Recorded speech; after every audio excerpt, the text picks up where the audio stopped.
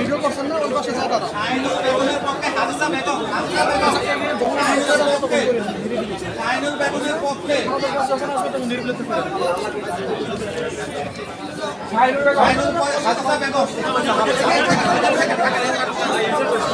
দিদি স্বপ্না রানী দে, স্বপ্না রানী দে। আসসালামু আলাইকুম। আমার স্বামী শনি এক রায় গুলিবিদ্ধ হয়ে মারা যান। আমি এক হিন্দু পরিবার হয়ে তারপরে জামাতে ইসলাম আমাকে সহযোগিতা করেছে। আমার এক ছেলে এক মেয়ে। আমার স্বামী মারা গেছে, আমি আমার স্বামীর বিচার চাই। আমার শেখ হাসিনা দেশে আনি তার আমি বিচার চাই। আপনারা তার বিচার করবেন, তার আমি ফাঁসি চাই। আমার সন্তানের দায় কে নেবে? আমার ওদের ভবিষ্যৎ আছে। আমার স্বামীর বিচার চাই। ধন্যবাদ। আসসালামু আলাইকুম। জামাত ইসলামের সভা আর কথা বলার ভাষা নাই।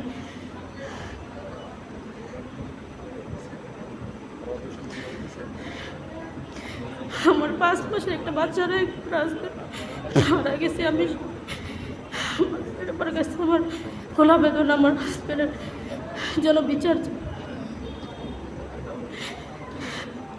আমি আর কথা রহিম। আসসালামু আলাইকুম।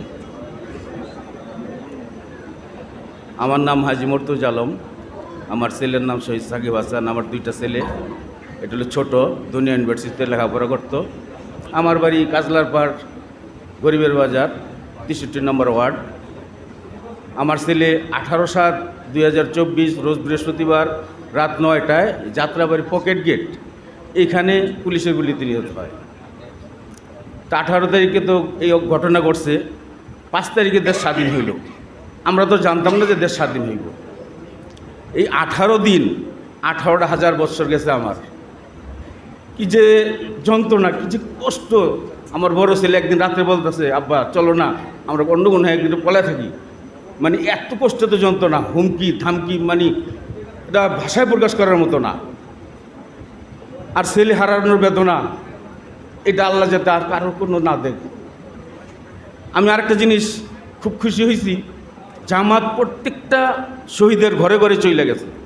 সরকারও যেতে পারে নাই, সরকারও লিস্টটা করতে পারে নাই। সরকার কি এর ওয়েবসাইট দিছে, সরকার কিসের ওয়েবসাইট দিছে আমরা ওই ওয়েবসাইট বুঝি না। কে কয়েকজন বুঝি, রিক্সাওয়ালা, ঠেলা গাড়িওয়ালা, গরিব ভিক্ষুক মারা গেছে, ওরা বুঝে জানে। সরকার ওয়েবসাইট দিছে, ওয়েবসাইটের নাম দিছে, এই ওয়েবসাইট ফর্ম পূরণ করেন, ঢাকা মেডিকেলের কাগজ লাগবো, সরকারি মেডিকেল কাগজ লাগবো। ওই সময় মেডিকেল তো দূরের কথা, কবর দিতে গেল মানুষের বুকটা কাঁপছে। কেউ সাহসে কথা বলতে পারে নাই। আমার সাথে আমার আত্মীয় স্বজনও কথা বলে নাই ভয়ে, যে তার সাথে কথা বললে আমি বিপদে পড়ে যাব। এখন আপনারা যে লিস্টটা তৈরি করছেন, আপনাদেরকে ধন্যবাদ। এই লিস্টটা আমাদের তরফ থেকে সরকারের কাছে পৌঁছে দিবেন।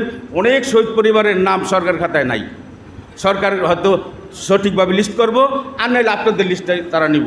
আপনারা যে বারবার গেছেন, আপনাদেরকে ধন্যবাদ, অনেক অনেক ধন্যবাদ। আমাদের খোঁজখবর নিছেন, একবার না আপনাদের লোকজনকে কতবার গেছে যেটা বলার বাইরে। এগুলি আমার বক্তব্য শেষ করছি। আসসালামু আলাইকুম।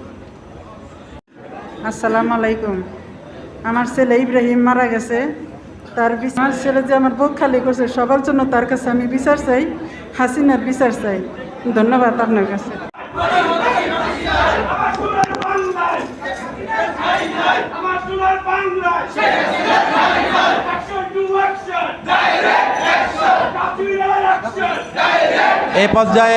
এ পর্যায়ে বক্তব্য নিয়ে আসছেন শহীদ।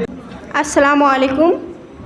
আমি শারমিন সুলতানা। আমার ভাই শহীদ মোহাম্মদ জুয়েল, ও 4ই আগস্ট কাজলা ওইখানে গুলিবিদ্ধ হয়ে রিক্সা যোগে নেওয়ার পথে ঢাকা মেডিকেলে মারা যান। আমার ভাই একজন কর্মজীবী ছিল, তারপরও তার ছাত্রদের জন্য খুব মন কাঁদত। প্রতিনিয়ত সে ভিডিও এবং ফেসবুকের বিভিন্ন খবরাখবর দেখে খুবই গর্জে উঠত এবং বলতো, এটা কেমন, নিজের দেশের মানুষের হাতে নিজেদের ছাত্ররা এইভাবে খুন হচ্ছে। সব সময় বলতো যে অভিভাবকদেরও পাশে দাঁড়ানো উচিত। তো 4ই আগস্ট 4:30টায় আমার সাথে ওর লাস্ট দেখা হয়, বলে সে শহীদদের সে ছাত্রদের সাথে যুক্ত হবে এবং সেখানে আন্দোলনে সরাসরি সম্পর্কিত থাকবে। আমরা বলি যে সাবধান, গোলাগুলি কিন্তু এখনও বন্ধ করেনি, 6টার দিকে কারফিউ। সে বলে কিচ্ছু হবে না, আজকে অনেকেই রাস্তায় নামবে, এই বলে সে চলে যায়। তাকে আর আমরা ফেরত পাই না। 6:30টার দিকে আমাদের কাছে খবর আসে সে গুলিবিদ্ধ হয়েছে এবং তাকে ঢাকা মেডিকেল নিয়ে যাওয়া হচ্ছে, ছাত্ররাই আমাদেরকে জানায়। এবং 8:30টার দিকে আমাদের বাসায় লাশ নিয়ে আসে ছাত্ররা, 4 জন স্টুডেন্ট আমাদের বাসায় লাশ নিয়ে আসে। ওই অবস্থায় আমার বাবা ছিল মাত্র 22 দিনের, রিং পরাইছি, হার্ট অ্যাটাকের রুগী, ওনাকে রিং পরাই নিয়ে আসছি। তো পরিবারে কী অবস্থা সবাই বুঝতেই পারছেন। আমি তার 1 বছর 9 মাসের ছোট বড়, আমরা ভাই বোন, আমি তার ছোট বোন। আমার ভাইয়ের মৃত্যুতে আমাদের পুরো পরিবারই আমরা ভেঙে পড়েছি, কারণ আমার পুরো ফ্যামিলির উপার্জনকারী সে। তার 2 ছেলে মেয়ে আছে, 3 বছরের একটা মেয়ে, 10 মাসের একটা ছেলে। তো আমাদের পরিবারের অবস্থা কি সেটা সবাই বুঝতে পারতেছেন। নিজের দেশের মানুষের হাতে এইভাবে হত্যা করা হয়েছে আমার ভাইকে, অবশ্যই আমি এর বিচার চাই, পুরো জাতির কাছে বিচার চাই।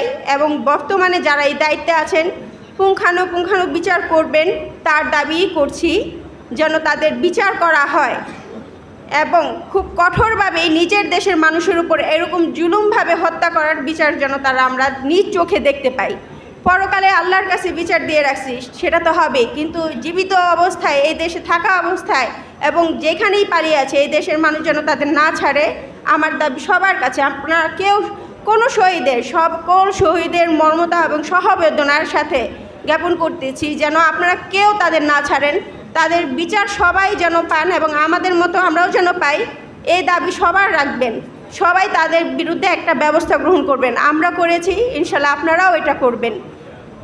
এবং অন্যথায় আমি জানাতে চাই, এই আমাদের মতো পরিবারের পাশে যারা দাঁড়িয়েছেন তাদের আমরা অনেক অনেক দোয়া করছি এবং অনেক ধন্যবাদ জানাচ্ছি। এইভাবেই যেন তারা সব সময় আমাদের পাশে, অনেক পরিবারের পাশে এবং দরিদ্র অনাথের পাশে যেন তারা দাঁড়াতে পারেন। আল্লাহ যেন তাদের সহায়ক হন। আসসালামু আলাইকুম। আমার মায় গুলি খাইছে কাজলা, উনি ঢাকা মেডিকেল ছিল 1 মাস 9 দিন। তো 1 মাস 9 দিন ঢাকা মেডিকেল ছিল, এই 30 তারিখে মারা গেছে নাইকা।